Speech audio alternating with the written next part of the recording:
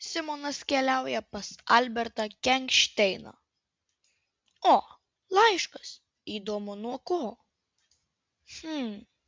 Keista. Kūrėjas nori su manimi susitikti. Gerai, keliaukime į pasaulio pakraštį. Važiuojam! Gerai, mes jau čia. Atidarykime duris.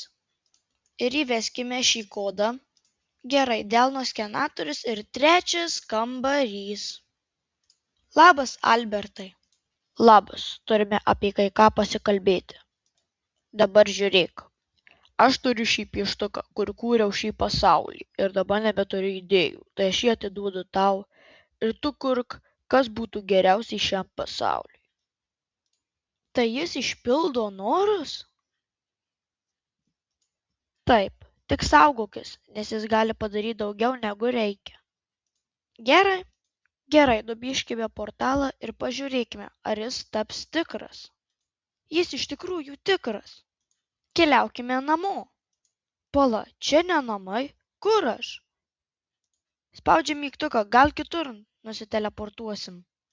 Oi, ir vėl ne čia, vėl. Ir vėl ne čia, greičiau. Man rodo, sugedo pieštukas. Pyp. Pagaliau aš čia. O, štai mano parduotuvė. Ačiū visiems, kas žiūrėjote ir iki kito susitikimo.